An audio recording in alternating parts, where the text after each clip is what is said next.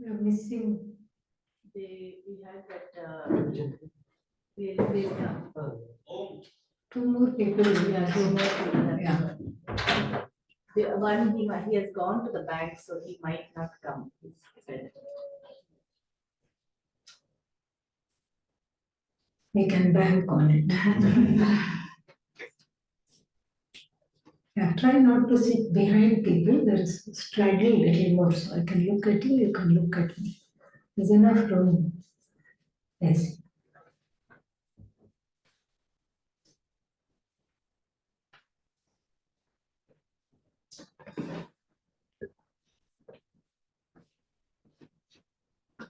Niranjana also went to back. No, she should be coming.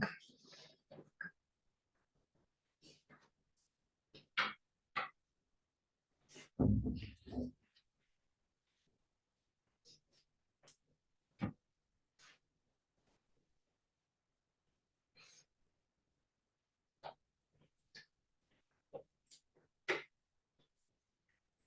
Om Shrutismritipurananam Alayam Karunalayam Namami Bhagavad-padam Shankaram Lokashankaram Shankaram Shankaracharyam Keshavam Badarayanam Sutra-bhashya kritau vande Bhagavantau punah punaha Ishvaro gururātmeti mūrtibheda vibhagine Vyoma-vadyapta-dehāya Dakshināmurtaye namaha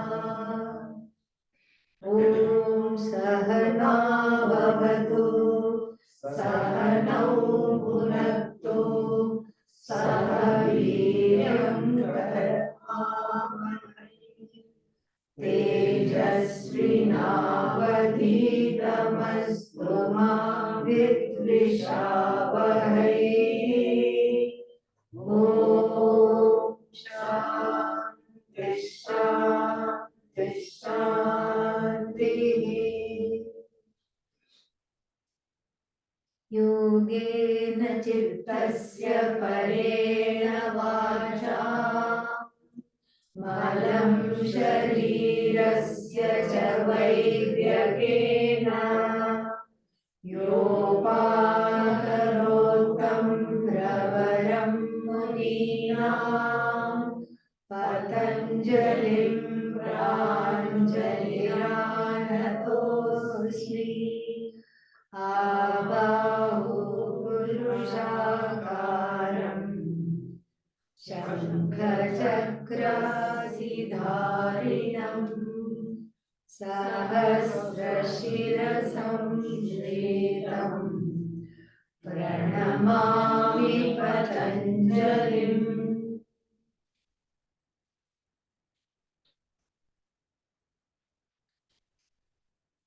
We are talking about perceptions, and yesterday also we covered quite a bit of ground about misperceptions, individual and collective, leading to various kinds of difficulties in life, sorrow, pain, fear, etc. Continuing on the same vein, I concluded the talk by saying that true objectivity or total objectivity is understanding that the object and the subject are one. We also yesterday, just by way of catching up, talked about Narada's story. And what is Narada's story?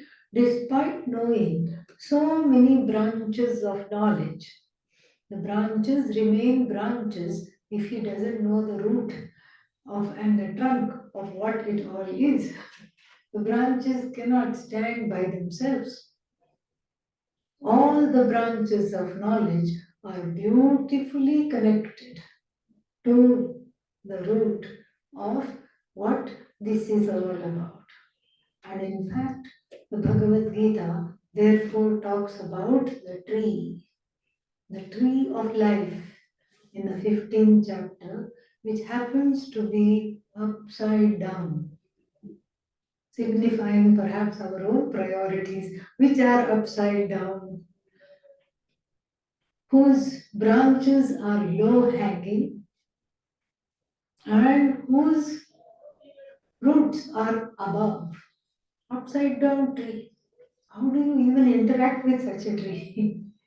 Above means beyond space, beyond time. We'll see that.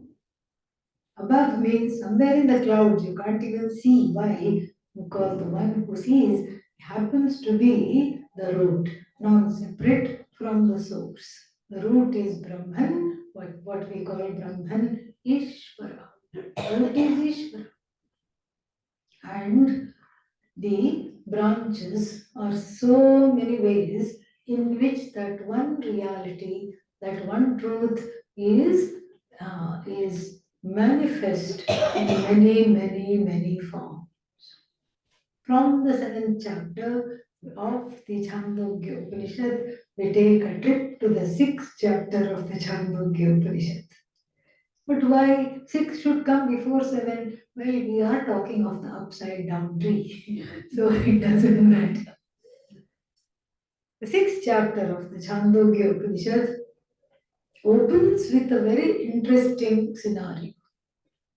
Shvetaketu, like Narada, is very, very erudite, scholarly, but young and proud. Anuchanamani is the word that the Upanishad describes him as. Anuchanam means the ability to repeat. Whatever the teacher repeats, you also repeat. Anuchanam, that's called Anuchanam. But there is Manita, there is pride. I am the best repeater. Look, this person falters, this person cannot chant. Me, I am the best. These feelings come in the in the course of life, and even after coming to an ashram, one looks around to see how many people I am better than. It's a natural tendency, and so Shvetaketu is extremely proud. He's had a 4.0 GPA for all the years in the Gurukulam. He's untouched by everything, and he just comes home insufferably proud. And the parents are very worried. They said, "This is what we sent our son home to school, to Gurukula." And so the father wants to check this pride and also in the best way possible. What do you mean the best way possible? See, why is there pride? There is pride because you think you are bigger than everybody else. That's why there is pride. A quick way, a local way of checking this pride is to just see some NASA photos. See the photo of the Earth, and then suddenly the little province that you are situated in suddenly is not even a pixel. Then you see the solar system. Now the Earth is a pixel, and then all you see is the sun. Then there is one Mahasun. Its name is Betelgeuse, not the way you think it is spelled. Okay, yeah. And this Betelgeuse, in front of Betelgeuse, our sun is not even a pixel, not even a dot. Like this, then where is, if the sun itself is not even a dot, where is the earth, where is the system, where is the earth, where is the continent that you happen to be in, where is the country, where is your state, where is your province, where is your principality, taluk, jilla, nothing. It's all just gone. So the same pedagogy here is deployed by the father, but in a more, in a more traditional Vedantic way, by showing that this set of verses chanting which Shvetaketu is showing off and is very proud is nothing compared to this knowledge. What is this knowledge? The sacred knowledge that reveals that the subject and the object are one whole, limitless truth. And therefore, so the father asks him a question. Did you ask for that knowledge, knowing which everything is as good as known? Shvetaketu doesn't even understand the question, but he's too proud to say, I haven't understood the question. Instead, he says, my teachers must not have known this, because if they had known this, they would have surely taught me I was the best, east or west. So my teacher must not have known this. And so, therefore, this is something which the mother and the father of Shvetaketu are very troubled by hearing this answer. And so he asks the question again. And the Upanishad rarely repeats itself. So therefore we know that the repetition is for emphasis here. I'm not asking you what you know or what your teachers should have taught you or should have not taught you. The question is not about your teachers, Shvetaketu. The question is about you. And the father says, I repeat, did you ask for that knowledge, knowing which everything is as good as known? Shvetaketu comes down from his hobby horse, and then he finally asks the question, is there such a knowledge? Now we are talking. Is there such a knowledge? And in fact, in many of the Upanishads, the same question is asked by the student to the teacher. In the Mundaka Upanishad, also we find the student going to the teacher. Here, Shaunaka, the student, goes to sage Angiras. Who is Angiras? Guru, teacher, and says the following. What does he say? Please teach me that Kasminnu Bhagavo Vijnate Sati Sarvam Vijnatam Syat. Teach me that knowing which everything is as well as known. This shows there must be some master key to understanding everything. That master key, that knowledge which connects together two discrete things. What is the difference? What is the knowledge of medicine have got to do with astrophysics? We think nothing, but there must be something that underlies all these knowledges. Please teach me this. Shvetaketu doesn't ask the question. The father asked the question, and Shvetaketu is now completely hooked because he is a desirer of knowledge and he is totally hooked. He really wants to understand. He really absolutely wants to understand. Doesn't want to waste any time. He keeps saying, please teach me, Father, please teach me. The father turns into a guru. Father turns into a teacher and teaches him using a very interesting example. A pot, a small pot made of clay. We don't have one here, but we can imagine it. It is imaginary anyway, as we shall soon see. So, a small pot. And supposing there was a small pot, and then if supposing the pot had a human mind, it would be very nervous. It would say, "Don't hold me like this. I may fall." So what happens if you fall? I'll become a crackpot. Don't you see that? No. No, don't hold me like this. Hold me properly. And the pot will have its own sad story. And I do have such a teaching pot. It's not here with me, that's all. The pot will have its own sad story. The Swami purchased me. The Swami took me to America. And I have no job satisfaction. I'm not shown off. I'm so small and so cute. Nobody appreciates me. I'm lying under a dark table. And the Swami pulls me out once in a while. What kind of a life is this? Oh Lord, make me a big pot in the next life. No,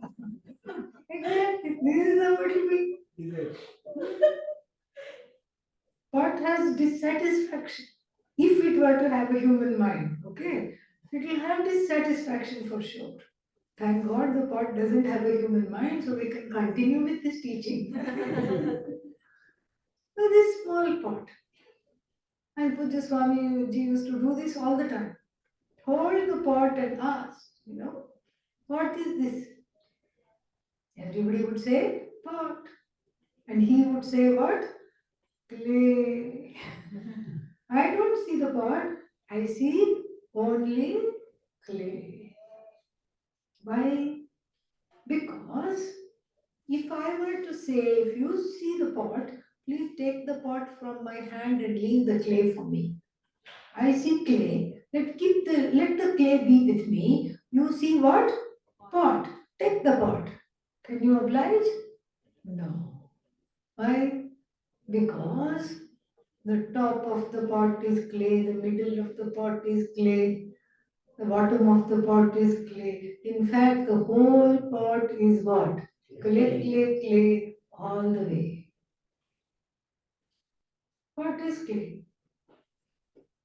Now, is it true the other way around? Clay is pot? No, can't be. Because if clay is this one little pot here, then that means we cannot have anything else made of clay. What about pot number 2, pot number 3, pot number 4? What about lid? What about a lid, and jar? What about cup? What about clay cup, clay saucer? And so many things. One clay, many pots. One clay, a whole world of earthenware, it sustains. Out of this one clay, the entire world of earthenware is manifest. Out of this one clay, the entire world of earthenware is sustained. Back to this clay, everything comes. And actually, even this is not a very good example, because back to clay means when the pot is churna, first it is crack pot, then it is powder pot, and then when it is powdered, you don't see it going back to clay. You can't make another pot out of it. Therefore, the father Uddalaka, the teacher, turns to another example. Gold and ornament. Yeah, see, everybody knows.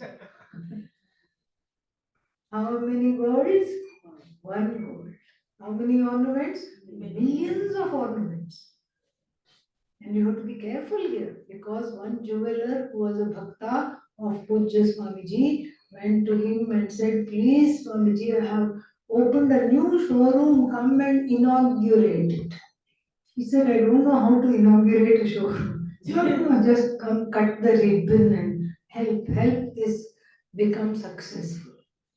Swamiji went, ribbon was cut, entered the shop, so many ornaments, this side bangles, that side earrings, this side chains, that side all other things, so many things were there. And out of his bhakti, the jeweler Bhakta told Swamiji, please take one thing, any one thing you take. And Swamiji said, I don't wear jewelry, I don't want anything. What will I do? No, Swamiji, not for your sake, but for my sake, please take one thing, at least one thing. Since he was a student, Swamiji could play with him. Swamiji said, are you sure you are asking me to take one thing? Yes. Yes, Swamiji, anything. Take anything you want. He said, all right, I'll take the gold, you close the shop.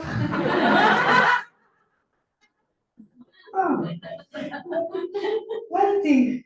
Swamiji sees only one thing, because this is Vedanta Darshanam. This is Vedanta Drishti. One thing. What is that one thing? Gold. One thing is gold. This never gets old. And then there is one thing. All the other things are what? Just dependent upon that one thing alone. Nothing other than that one thing. So many ornaments. Again, if the ornaments had a human mind, then there would be a lot of commotion and chaos. Yeah. One is the nose ring. The other one is what? Bangle. Nose ring is jealous of bangle. Nose ring says, what is this? I was born in phlegm. I continue to live in phlegm. What kind of a life is this? And this woman is always susceptible to colds. She's always blowing her nose. And each time she blows her nose, it feels like a trumpet in my poor ears. Horrible. What life is this? Oh God, in my next life, please make me a bangle. Bangle, meanwhile, has its own woes. What does the bangle say? This woman is the most clumsy thing I have ever encountered in my whole life. When I was new, when she was newly married and I came on her wrist, I was fat, nice, chubby, shiny. Look at me now. She turns around and bangs me against something because she's so careless, negligent. Then somebody calls her, she turns around like this and then bangs me against something else. Maybe that's why I'm called Bangle. This is my lot. Plus, she has, what is that? She's got, especially after the pandemic, she's washing her hands a lot all the time. The shine is going, and I just feel emaciated. Oh God, in my next life, what? Complete the sentence. Make me the nose ring because it's jealous of the look. Every time, even before the lady gives her hand to shake, that on her face shines like anything. Next life, please make me a nose ring. What does Bhagavan do? Say, Tathastu. That's why Bhagavan and Bhagavati do not need cable TV. Every jiva is a reality channel. Don't need cable TV at all. And so the next life, what happened? Nose ring became bangle, bangle became nose ring.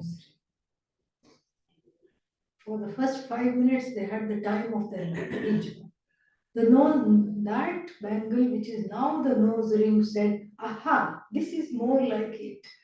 I feel like I'm the beacon to her soul, and I just feel like they see me.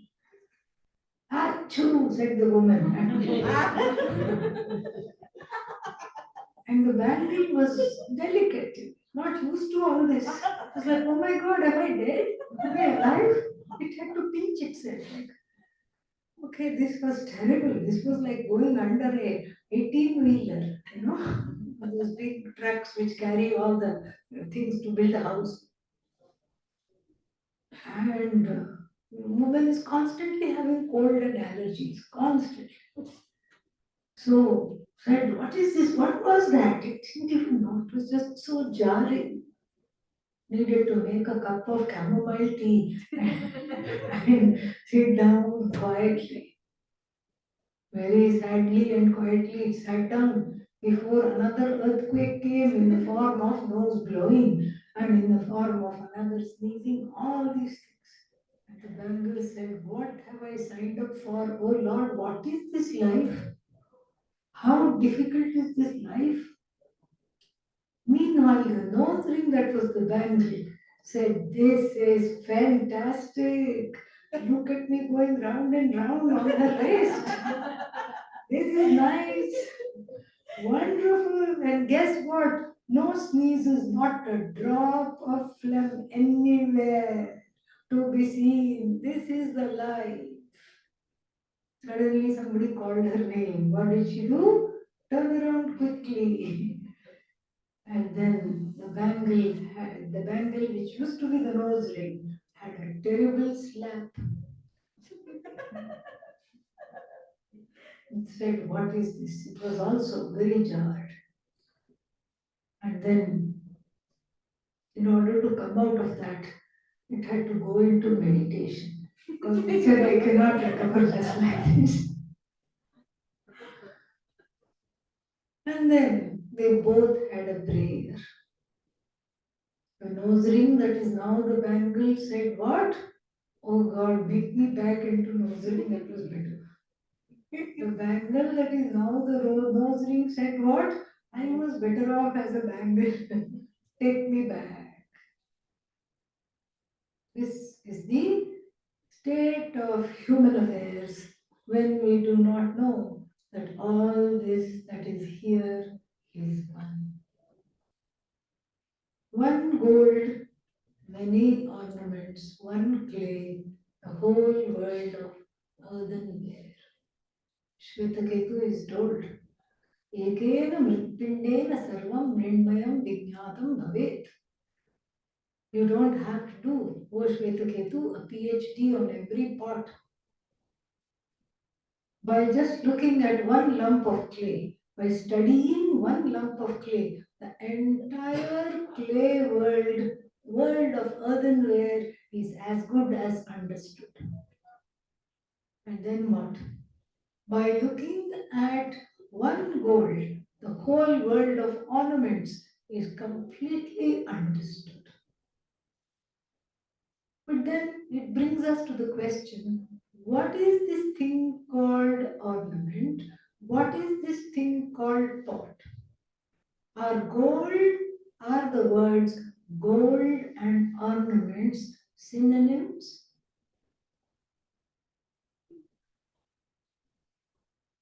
No, they can't be synonyms because what? They are not one and the same, so they cannot be synonyms.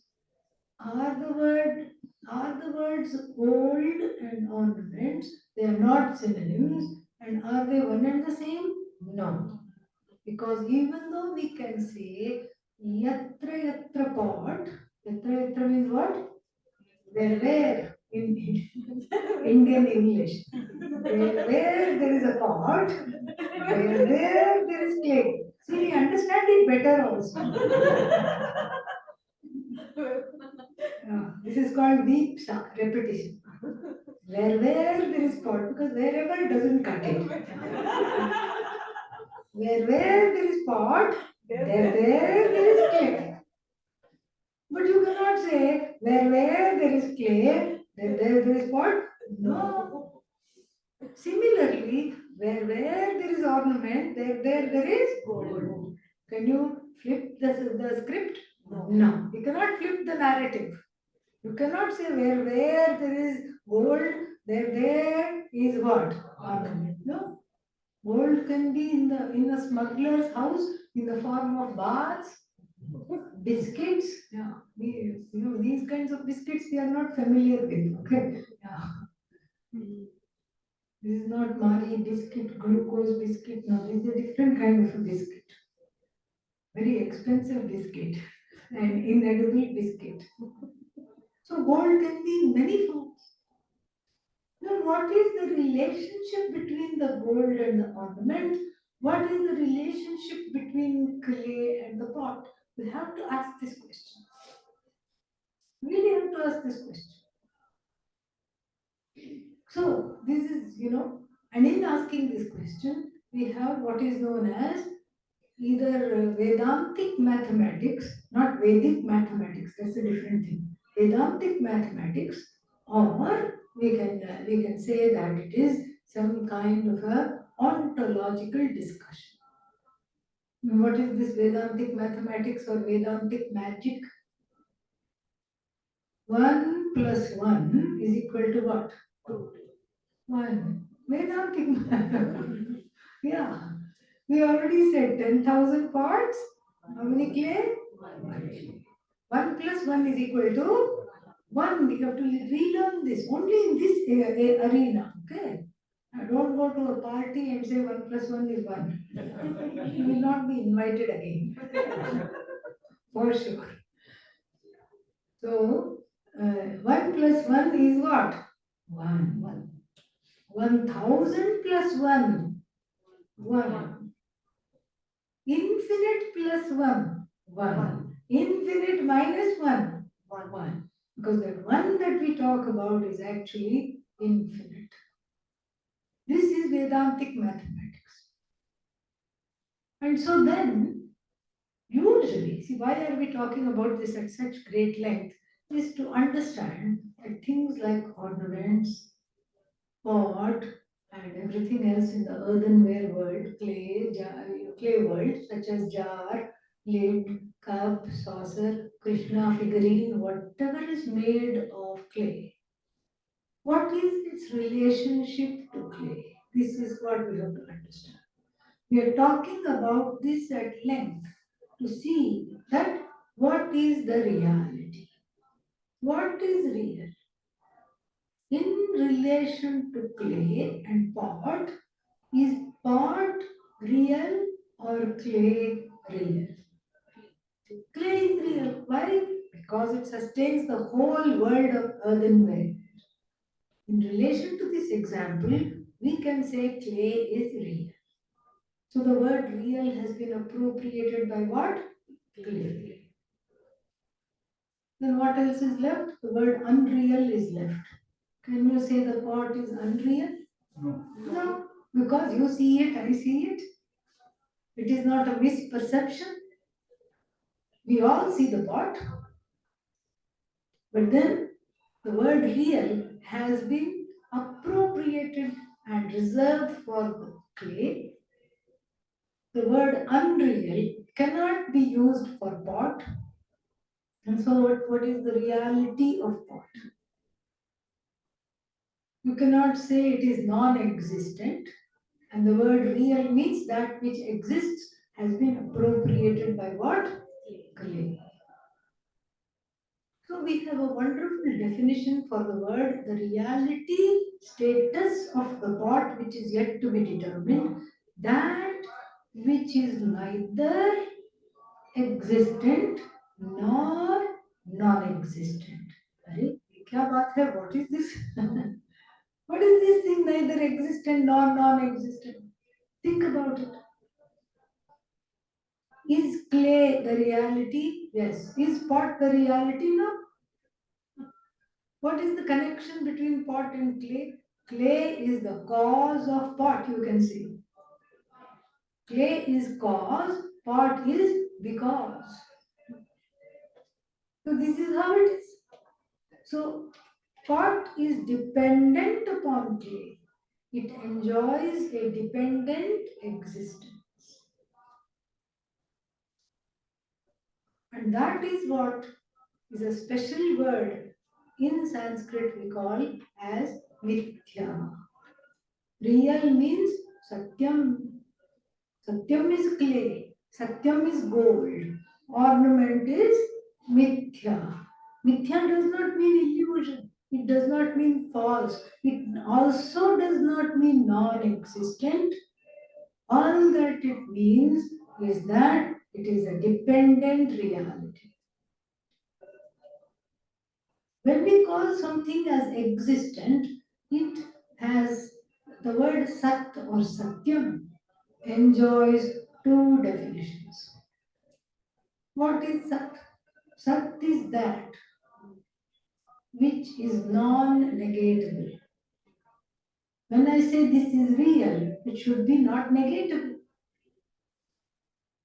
And sat, that which is real, must be unchanging in time. In all periods of time, it must be the same. Mithya also has two definitions.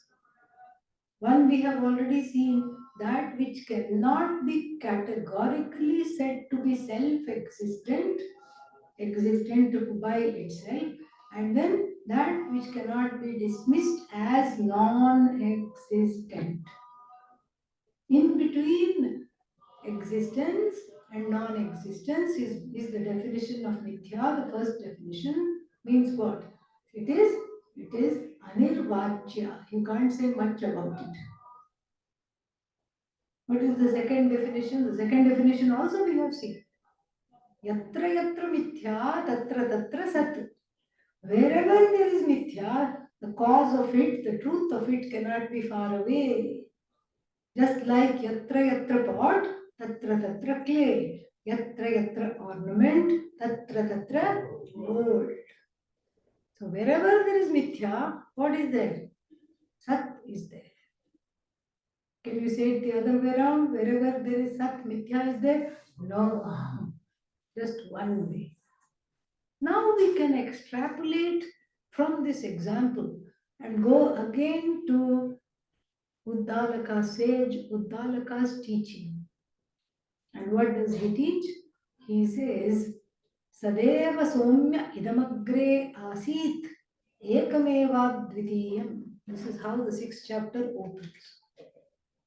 Idam Agre. Before this Jagat is there in this form. And what kind of a Jagat do we encounter?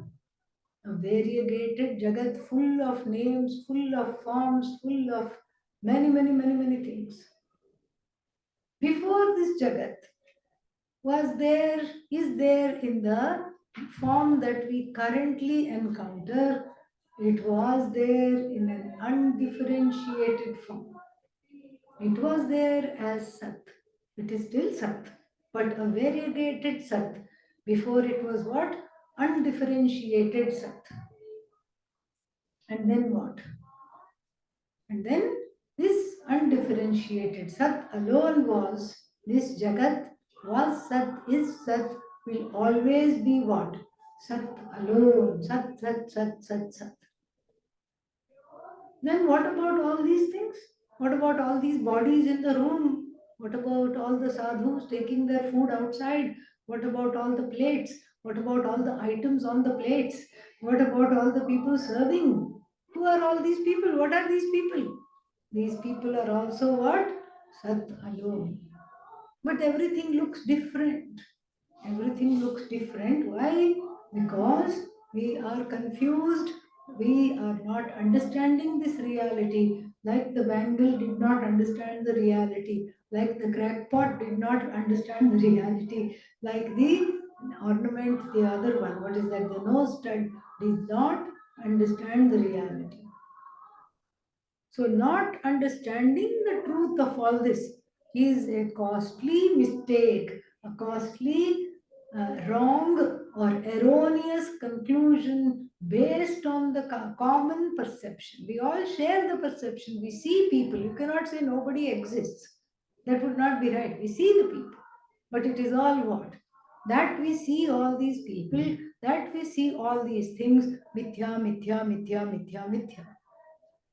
There is only one thing that is Satyam, which takes the place of clay in the example, which takes the place of gold in the example. What is that? I. It's the only Sat. Everything else, everything that we say Anatma, not I, is what? Mithya.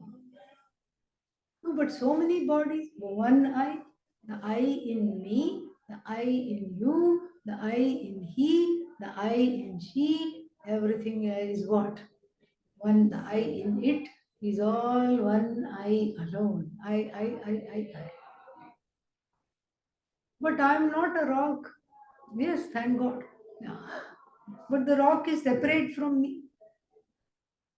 Don't be so sure. Because if you say, if the rock could talk, if you sat down, it would tell you its story. It will say that long ago it was a forest which got petrified and then it is in the form of a rock. Its story may be 12 billion years old, as old as the universe. And don't be so sure that you are so separate from everything. The Upanishad says that we eat our ancestors because the ancestors that are buried underground or their ashes are buried underground nurture the soil and then grow gobi, brinjal, all these things. And we are eating that. It's all one. The whole thing is one. And it is that oneness that makes every scientist, every researcher mad when they cannot find it. It is that oneness alone that funds all these National Health Institute to research and every other research. If supposing you write a research proposal saying, I want to show that everybody is different from everybody and everything is different from everything else, I can assure you that will not be funded. Who wants that? The differences are our capital. We already know that. And the differences are hurtful. We know that. And we want to override. And in this case, we can even use the word transcend the differences. Just like when we have an expression. What is the expression? Touch wood. Meaning, may that not be so. Touch wood. When I say touch wood, do I have to look for a tree to go hug the tree? Do I have to go look for a lumber shop to go hug the pieces of wood? No.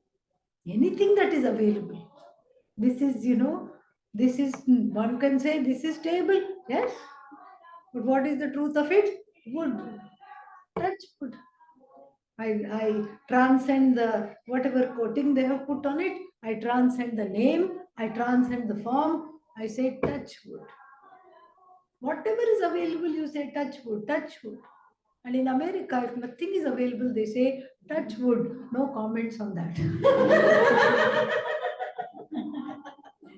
We sometimes say the head is filled with sawdust. So maybe that is what it is. We don't know. No comment on that. They say touch wood. Try not to do that, okay? You will only look bad if you do this. Touch wood. You see such an everyday example. Everyday Vedanta example. I practice this transcendence effortlessly. Touch wood. And so that touch wood encapsulates the vision, that expression touch wood, and the transcendence involved in it encapsulates the entire vision of Vedanta. So, what is the connection between Sat and this Jagat? Jagat is Sat, Sat is not Jagat. Transcendence, touch wood. Go back again to the example touch wood, it will become very, very clear. Sat is Sat, Jagat is Sat. Sat. Just like clay is clay, pot is clay. But what are these words? Clay, Krishna figurine made of clay. What are these? What are these things? Uddalaka says, Vacharambhanam vikaro namadheyam. These are just words which have meanings. The entire world is composed of words which have meanings. Table, word and meaning. Wood, word and meaning. Chair, word and meaning. Mic, word and meaning. Computer, word and meaning. Room, word and meaning. Walls, word and meaning. Door, word and meaning. Windows, word and meaning. Ganga, word and meaning. Mountains, word and meaning. Everything is just a series of words and meanings.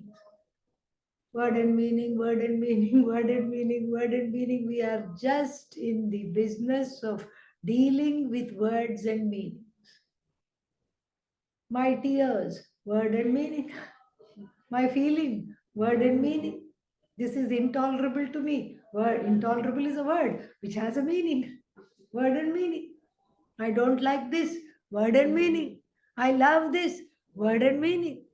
Whole thing is a series of word and meaning, word and meaning, word and meaning, word and meaning, word and meaning. We can be here for many, many days. It's all just word and meaning. And in fact, I think the Bible was close to this because there is an expression in the Bible that says, in the beginning, there was word. Word was with God, it says, and then it corrects itself and says, nay, the word was God. But what is this word? Word means knowledge. Very interesting. So when I say flower or even pot, flower is what? Knowledge. What is flower? Is the petal flower? No. That is petal. Is the whatever that is called the stalk flower? No, because that has a name. That's another word with another meaning. Stalk. Inside there is something called stamen. Is the stamen flower? No, that is another word with another meaning. The whole thing put together is flower. Okay, I'll take it apart. You put it together. Let's see. Can't do that. Very magical. The whole thing is just magic. So when you look at flower, that's all knowledge, knowledge, knowledge, knowledge. If you ask a botanist, why does the petals of this particular flower have serrated edges? They will tell you it is so that they don't succumb to the wind and the petals don't tear. Why is it in this color? To attract the bees for pollination and so for propagation. The flower wants to have these colors to attract the butterflies, to attract the bees. That is what the flower wants. And so what is that? That's knowledge. When we say flower, and that flower is reduced to stalk, stamen, leaves, what is that called? Hips. Even flowers have hips, rose hips, we call it. And then everything, it's just petals, it's all knowledge. Flower knowledge is petal knowledge is stamen knowledge is how to put together that knowledge also is. It may not be with you, but it is all knowledge. Everything in this whole world, in this whole universe is reduced to knowledge. Look at your own body. It's all just knowledge. Heart, what does it do? Beats. You make it beat, you go inside with your hand and make it go lup tup lup tup. No, beats. Lup dup lup dup lup lup. Sometimes it misses a beat, but that also is in order. The whole thing. Heart is there, kidneys are there, lungs are there, they all function. You are not responsible for their functioning. And you can ask your mother also, who made the heart? Who made the kidneys? Ask your mother, did you make my kidneys? Do you know how to make kidneys? She'll say, I know how to make rajma. I'll give you that. I know how to make kidney beans. Mother will say, I don't know how to make kidneys. Did you make my brain, mom? Ask her.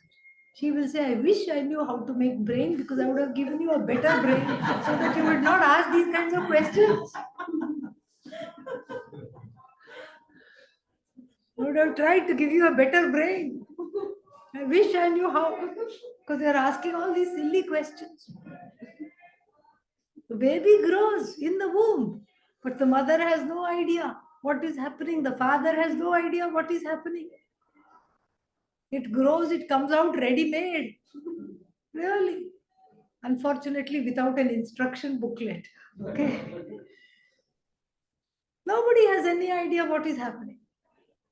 And so the whole world of words and meanings is what? It's just knowledge. Jagat is, Jagat knowledge is. The question is, who has this knowledge? Where is this knowledge resting?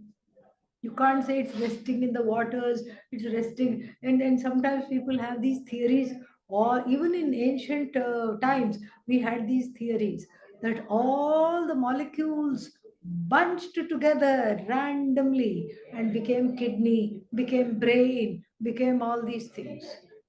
Is that even possible? Is this random manifestation of molecules? But because you see, this is not possible because in the universe there is no randomness. Look for anything random. And even if there is something random, it is a planned, controlled randomness. It is all in order. The whole thing is knowledge with a certain order. If we look at it, we are just fascinated. Absolutely.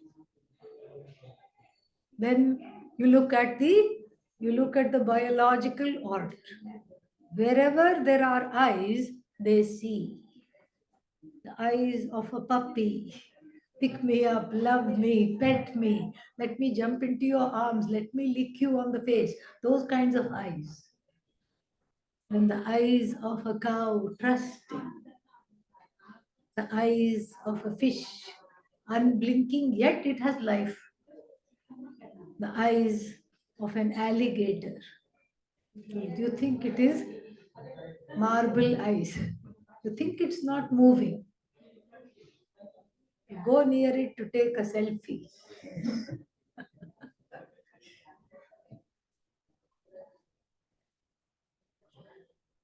It will assimilate the person. That's one way of becoming one, okay? One way of unintended and unwanted oneness. Glazed eye, it'll be looking just like that. We'll keep the mouth open for convenience so that it can. Yeah. Half the blessed animal is teeth, the crocodile. The eyes of a snake, and the eyes of all these non-vegetarian animals. The non-vegetarian animals are very furtive because they are predators. And those that are predators know that sooner or later they are what?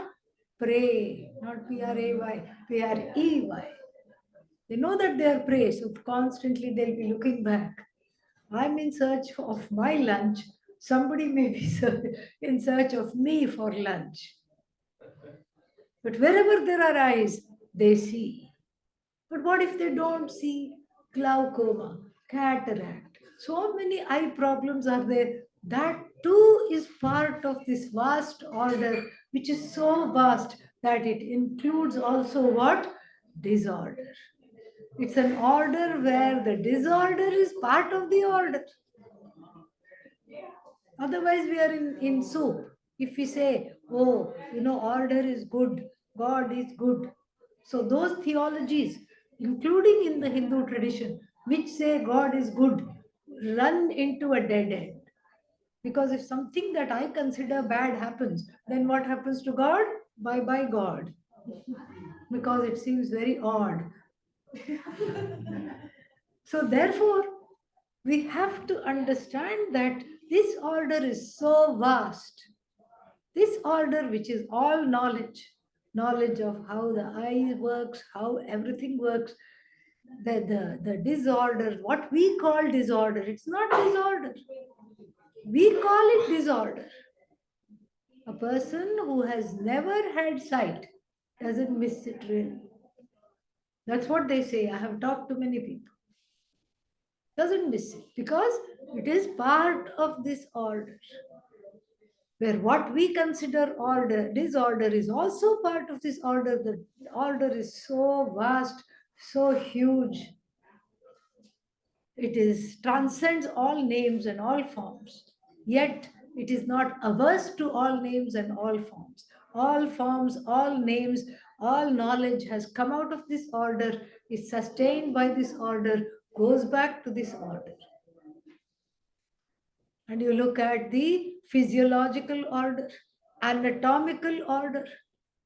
You don't have to tell the lungs to breathe. You don't have to tell the heart to beat. You don't have to tell the stomach to digest the food. It just magically happens. And when it doesn't happen, that too is magic and that too is part of the order. You look at the physical order. You look at the astrological order. Then you look at the karmic order. That's also an order. Two people work very hard. One of them gets the promotion. They are co-workers, colleagues. The other one does not. Why? How? Karmic order. They have worked equally hard. Karma. Something is standing in the way. This too is an order. The karmic order. And what is the karmic order? If I go in tandem with dharma, then if I do not, the dharma is also an order. It is sensed. Before we talk of the karmic order, let's go and see a little bit the dharmic order. The dharmic order is that which is sensed. Samanya dharma is sensed. I should not hurt another person is sensed.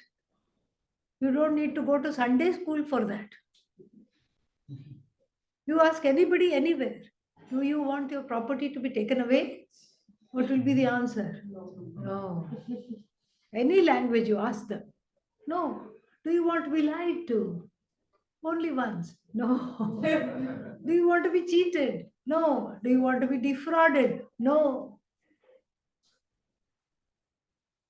That means what? I don't want all these things to happen to me. Therefore, I try to be a decent being and not do that to other people. Because how many laws can we have? These are all unwritten rules. It is called the golden rule. Do unto others as you want them to do unto you. Do not do unto others as you do not want them to do unto you. This is the rule. This is the law. This is dharma. And this dharma has many, many iterations. Dharma is not static. Dharma is dynamic. And so you might encounter situations where you have to interpret this samanya dharma in the light of now. Somebody is choking and somebody goes and does what is that called? Heimlich maneuver. And in the process breaks one rib. Yeah. And you say, oh, ahimsa paramo dharma. Ahimsa, I should have practiced ahimsa. Oh no, I broke this person's rib. You may have broken the rib, but what did you do? You saved the life. Did you go intending to break the rib? No, it happened. So this way, we have the samanya dharma being interpreted according to place, according to time, according to sandarbha, the situation. And this is what is called vishesha dharma. There is also the samanya dharma as it applies to me. Two people, they say, as the story goes, went to a swami. I love Indian stories. They're always surrounding swamis. Two people went to a swami, two young men, and one of them said, I want your blessing, Swamiji, because I would like to get married. Tathastu, please go find a nice person. Get married. Bring me the invitation card. All the blessings are with you, Swami said. And another young man, being inspired by this, also went to the Swami and said, Swamiji, can I also get married? I want to get married. What's wrong with you? The Swami said. No, permission denied. But you told the other fellow he could get married. The Swami, with great compassion, said, yes, but you are neither employed nor employable. You can't take care of yourself, much less another. And so you learn to do self-care first. Grow up, have some emotional maturity where you are able to get up every day, take a bath, go in search of a job, do all these things. Then you can think of marriage. So therefore, two people, but very dissimilar circumstances. This is what is called swadharma. What is right for me to do? If I am a daughter, son, there are certain job description that goes with the territory.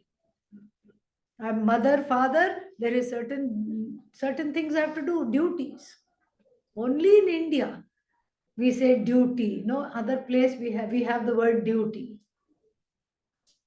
I'm reading the applications for the 6-month course, and there people say, I have finished my duties. I would like to come join this course. Many people say that. You also said that, I think. Yeah. That's why he's nodding. Yeah. So like this, only in India we have and as soon as I see that application, I know it must be from an Indian person. Nobody else says. Duty. Duty means swadharma. And so this is the order of dharma. If you do anything to go transgress that dharma, you will reap that and what do you use to transgress dharma? Your own karma. You will reap the benefits or the deficits of that karma either in this life, asmin janmani, or janmantare va, in another life. Because this is the order of karma. Order of dharma and karma go together. And what is all this? What are these orders? And then there is one more order which is very easily missed, the psychological order. Very, very, very important, very easy to miss. We talked about that a little bit yesterday. Given this situation, this will be the outcome, this will be the psychological picture of somebody who has had a neglectful childhood. This will be the psychological picture of one with an abusive childhood. This will be the psychological picture of such and such a issue, such and such a situation. That's why psychology is a branch of knowledge. That's why you can study it. I saw one cartoon once, and there was big auditorium, rows and rows of seats, but empty seats. And then there was a big, what is that, podium in the auditorium, and there was sheets, a letter pad, sheets of paper, pen, a glass of water for people to drink. Everything was there, and there were no speakers. And then there was a huge banner with balloons. First annual conference of adult children of normal people. Normal people. Meaning there were no speakers and there is no audience. Meaning what? Nobody is the product of a normal childhood. This is the first annual convention of adult children of normal. No problems, normal people. Not possible. The psychological order is there. This is an order. And it is given. I did not make the psychological order, just like I did not make my kidneys, my heart, and my lungs, much less my brain. It was what? Given to me. The karmic order given to me, the dharmic order given to me, the physiological order, the anatomical order, everything given to me. Now for the multi-million-dollar question. What is the multi-million-dollar question? Who is the giver? First of all, we have to say, is there a giver? And if one is a jaded, faded jiva, the answer will be what? No, there is no giver. All this is just random. But I told you, we have just had a long look at how it is not random. Nothing is random. You just take even a little survey in this room. How come you are here right now attending this class? There will be so many stories which will look random. I never meant to come here, but somehow I came. That somehow is part of the order. Somehow is part of the order. That somehow is not a coincidence.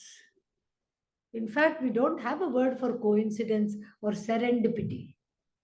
It is just incidents whose moorings we do not understand. That is all that there is. There is no coincidence, so to speak. Many times it happens. You think of a friend you haven't seen in a long time. And then suddenly that day itself the phone call will come of that person. Or you might see them suddenly. It shows that there is some kind of a sense. It is not something random. It cannot be random. Is there a giver? We have to say yes. There must be a giver. Then the next question is, where? Where is this giver? Giver must be someone above everything. I can't be the giver. You can't be the giver. And then so somebody else must be the giver, known by the word God. And in fact, I don't prefer to use the word God because it is laden with too many things. Ishvara, Ishu Palane, Rakshane, Vara always, the one that sustains this universe always, one who is the overlord always. Then a lot of questions arise. Who is this? When you say Lord, what is this Lord? Is it a He? Many theologies are convinced it's a He. I was with Swamiji at the Global Peace Initiative, Global Women's Peace Initiative program. It took place in Switzerland in the year 2000. And then there we were making resolutions. We were writing down resolutions. Swamiji proposed the resolution: God can be invoked as Father of the universe and also as Mother of the universe. Lot of people stood up, religious leaders. We are going to walk away. God is a He. God cannot be anything but a He. Where is He? Formless. Formless. but has a gender. Formless, but has a location. So that which is, so we have to say, what is this Ishvara? That which is neither he nor she, without which there can be no he or she or anything in between, but that which is free of being, he being, she, Ishvara. We just call it he because the word, it's a patriarchal world. That's how it is. But in the Hindu tradition, we have a very sophisticated understanding of this Ishvara. Ishvara is not the giver of the order, we will see, but manifest as the order. Wherever I see this order, I see Ishvara. This is Ishvara's darshan. So therefore, the question of where is Ishvara does not qualify. As we know, if you go to rural India and ask, where is Bhagavan? They will first look at you up and down and say, where are you from? Where is Bhagavan not? Where is Bhagavan not? Everything is Bhagavan. Everyone is Bhagavan. Everything is Bhagavan. And what is Bhagavan? That which is free of everything. This is what we have to understand. And the next talk, the concluding talk tomorrow, will be focused on what is my connection to this Bhagavan. And what is my connection to this Bhagavan? And then what is the cause of subjectivity inside myself and how I can alleviate this? We'll see some practical ways of doing that. Om Purnamadah Purnamidam Purnat Purnamudachyate Purnasya Purnamadaya Purnameva Vashishyate. Shanti Shanti Shanti. Hari Om Shri Gurubhyo Namaha. Hari Om.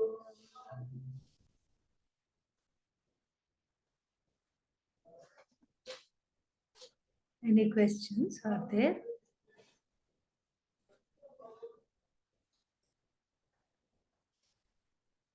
Swamiji, sorry, can you again repeat the Swadharma, Samanya Dharma, Vishesha Dharma? Yeah. Samanya Dharma is that which is you can draw a huge circle. Let's say that is Samanya Dharma. Samanya Dharma is which is common to all. Universal Dharma. It was never okay to kill. It's not that in prehistoric times it was okay to kill and now it is not okay to kill. It was never okay to kill. You look at the penal codes in any kingdom, in any civilization, it was never okay to kill, never okay to steal. Samanya Dharma. It is common, it is beyond place, beyond time, it is applicable. You draw a big circle, that is Samanya Dharma. Inside that, you draw a smaller circle, it is Vishesha Dharma. What is Vishesha Dharma? Vishesha Dharma is the interpretation of Samanya Dharma in certain situations. Because life does not, precisely because life does not come with an instruction booklet. Heimlich maneuver, somebody is choking, and then you break a rib, or something happens in the process. So that is what is called Vishesha Dharma. The interpretation of Samanya Dharma in certain situations at certain times. Another example of Vishesha Dharma, Rama is being led away to the forest in the last palace chariot, last ride. Rama, Sita, Lakshmana are going. Rama says, faster, faster, go, go, go, to the minister who is driving them. Dasharatha says, stop, you are not going to take my son away from me. Stop in the name of the law, this is a king's command. Rama says, go faster, faster, faster. And the mantri, the minister, is in real terrible, what is called, duvidha, is conflict, dharma sankata. He's in a great conflict. And then finally he tells Rama, you don't have to come back. When I come back, I'm going to lose my head. You can just say, go fast, but you don't have to come back. What shall I say? And Rama, who is the embodiment of Dharma, says, you know what? Tell Dasharatha, tell my father when you come back that between the veils of the people of Ayodhya and the hooves of the chariot, the horses and the wheels of the chariot, you could not hear him. It's a lie. It's a brazen lie. Yet, since Rama is telling the lie, we have to look into it. And then the next line that he explains, clinches this. He says, because neither my father nor the people of Ayodhya cannot stand another farewell. One farewell is done. You have said your goodbyes. You don't come back for another farewell because it is painful. It's not saying, see you later, I'm going abroad, I'll be back in 2 years or 1 year. No. What is that? The punishment of being sent to the forest was a death sentence. Very quickly you could become an animal's lunch, plus diseases, plus so many things, the weather, everything, you could succumb to anything. And so therefore, which was already a death sentence, the father is already upset. So going back again to again do the inevitable, this is not okay. Vishesha Dharma. Maybe there is somebody, an elder at home, who has terminal illness and they are not in the place of understanding it. And you just tell them everything is okay. I went to visit a hospice recently. It's just near Rishikesh, beautiful hospice called Ganga Prem Hospice. And there was a woman who had, I think, 4 weeks to live at the most. But she looked very fine. She looked a little sick, but not quite. And she just kept saying, where have these people brought me? And why am I here? I feel fine and nothing is wrong with me. Tell these people to take me home. Is anything wrong with me? And the son and the daughter-in-law with great love said, no, mom, nothing is wrong with you. After that, they came and spoke to me. They said that we just want her the rest of her life to be just worry free. She worries a lot. She has lot of psychological issues. We don't want to unearth all of that. I respected that. Then when I went in again, I told the woman, everything is fine. Nothing is fine, but actually ultimately everything is fine. So we say everything is fine. Vishesha Dharma. Then draw one more circle, a concentric circle, a small circle inside Vishesha Dharma. That is what you have to do in your life. Swadharma. This has two components. One is role based. You are born to a certain family, You are a family member, you have certain dharmas. You have dharma here means duties. You are born to a nation, you are the citizen, you have certain duties. You have certain duties to the community, to your friends. You are a neighbor, you are in a flat, and then there is a neighbor who says, I'm going away, please, take care of this. I'm leaving the key with you, please take care of watering the plants or whatever it is. You just do it. Dharma. I am here, I can do it. You don't calculate, okay, let's see when I will go away and what, what he will do for me. That doesn't enter the head in the beginning. Immediately, that doesn't enter the head. What is there? Okay, something needs to be done. This person is in need. Okay, let me take care of it. Don't worry. Oh, I have suddenly to go to the hospital. Okay, my child is coming back. Will you please take care of her? Sure. You do this. This is another iteration of Swadharma. This is role based. Then there is another component to Swadharma that is, much deeper and more profound. It's not just role based, because it is, why am I born in this particular body with these particular issues, with these particular talents and these particular limitations? How can I express whatever is there in this body mind sense complex to share with the world? Because that sharing itself causes a certain contentment and a kind of a, smoothening of life. Everybody wants to contribute. Nobody wants to be a consumer for your whole life. Nobody wants to do that. You want to grow from being a consumer as a child to a contributor. If you're not a contributor, you're very frustrated. And every single person has something that they can do. Sometimes it takes a whole lifetime, maybe two, to discover what that thing is. Sometimes it is many things.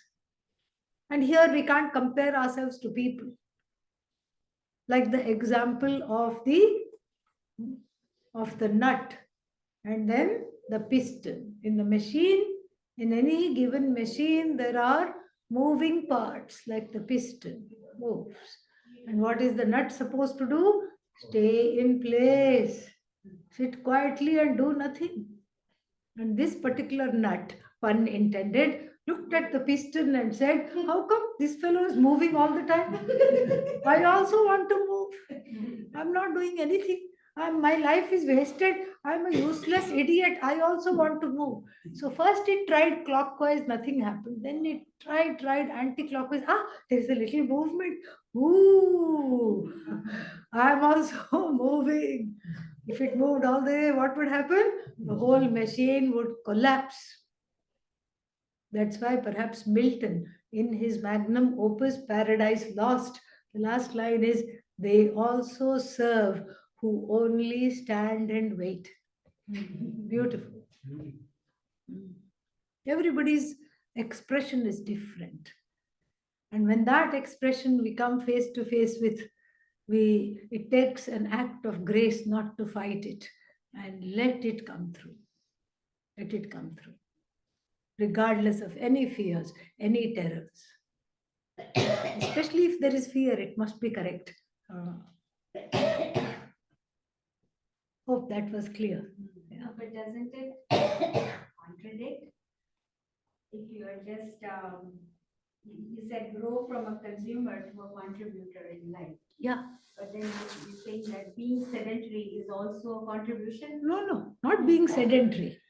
The ones play, that's just an example of the nut to be, but some people's contribution is just about holding things together. Maybe it is just very invisible.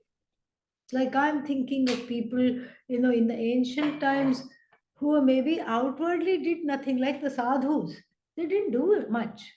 They just sat in one place, but they held up the whole society without really doing anything. So that is not, you would not call a sadhu's life sedentary. It's not sedentary. So that's one example. Yeah. How do we know that we are doing what we are meant to do? You take, you do, if there is, you take it that I'm doing what I'm meant to do. Okay. If there is an inner restlessness, that is one area that can be introspected upon. You can journal about it, you can write about it, so that some more clarity comes. That is one thing. And then if something comes to you, this is not a rocket science. There are certain things that come very easily. Like supposing if somebody is good at dancing, maybe that's what they're supposed to do. Somebody is tone deaf. They're not supposed to be a musician, at least in this life. Okay, that much is clear. If they cannot make out the difference between sa and pa, then that means what? They are not supposed to be a singer in this life. With an exception of Beethoven. With the exception of Beethoven. So you cannot, you cannot do that. And so certain things are closed, certain areas are closed.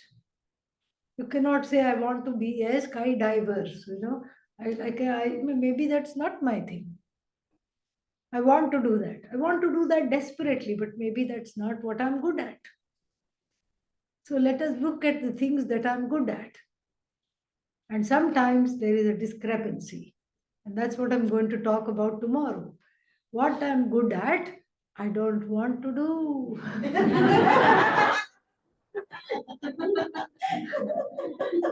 What I'm not good at, only that I'm attracted to. Yo, what to do? I had one more question. When it comes to interpreting the dharma, where you have to interpret. Yeah. So, how do you know whether that is a right? Correct interpretation. Yeah. Well, you have to follow the Veda, Upanishad. Upanishad says, if you don't know, go to somebody who knows. अथ यदि ते धर्म विचिकित्सा वा वृत्त विचिकित्सा वा स्यात्. Dharma vichikitsa means doubt about what is correct. Vritta vichikitsa means doubt about how I conduct myself, my conduct, my behavior. Ye tatra brahmana sammarshinaha yukta ayukta aluksha dharma kamasyuhu. Find people who are interpreters of dharma, who lead an impeccable life without compromising dharma, who are really brushed up completely, and not only brushed up on ethics and values, but they are walking the talk. They're not just talking everything, oh, you must not steal while picking your pocket. So such people don't go to. There should be no discrepancy. Alukshaha, impartial. Dharma kamaha, they love dharma. Lovers of dharma, go to them, and then what? Then you, tvaya asanena prashvasitavyam, give them an asana, call them, give them some gifts, give them from some fruits, ask them your question. Go approach humbly, ask them the question. And then as they do, you do. And this is how you, if there is a dharma sankata, you go to a teacher, you go to somebody, an elder who knows.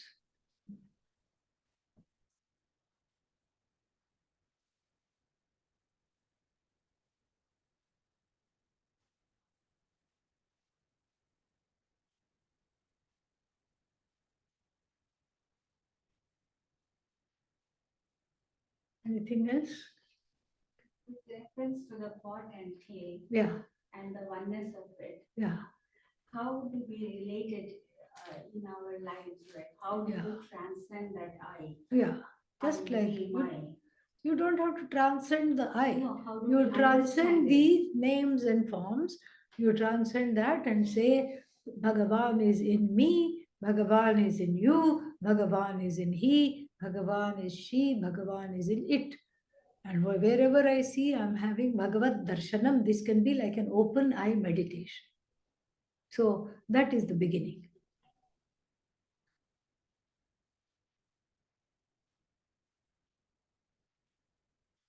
ॐ सर्वे भवन्तु सुखिनः सर्वे सन्तु निरामयाः सर्वे भद्राणि पश्यन्तु मा कश्चित् दुःखभाग् भवेत् असतो मा सद्गमय तमसो मा ज्योतिर्गमय मृत्योर्मा अमृतं गमय Om Shanti Shanti Shanti. Hari Om Shri Gurubhyo Namaha.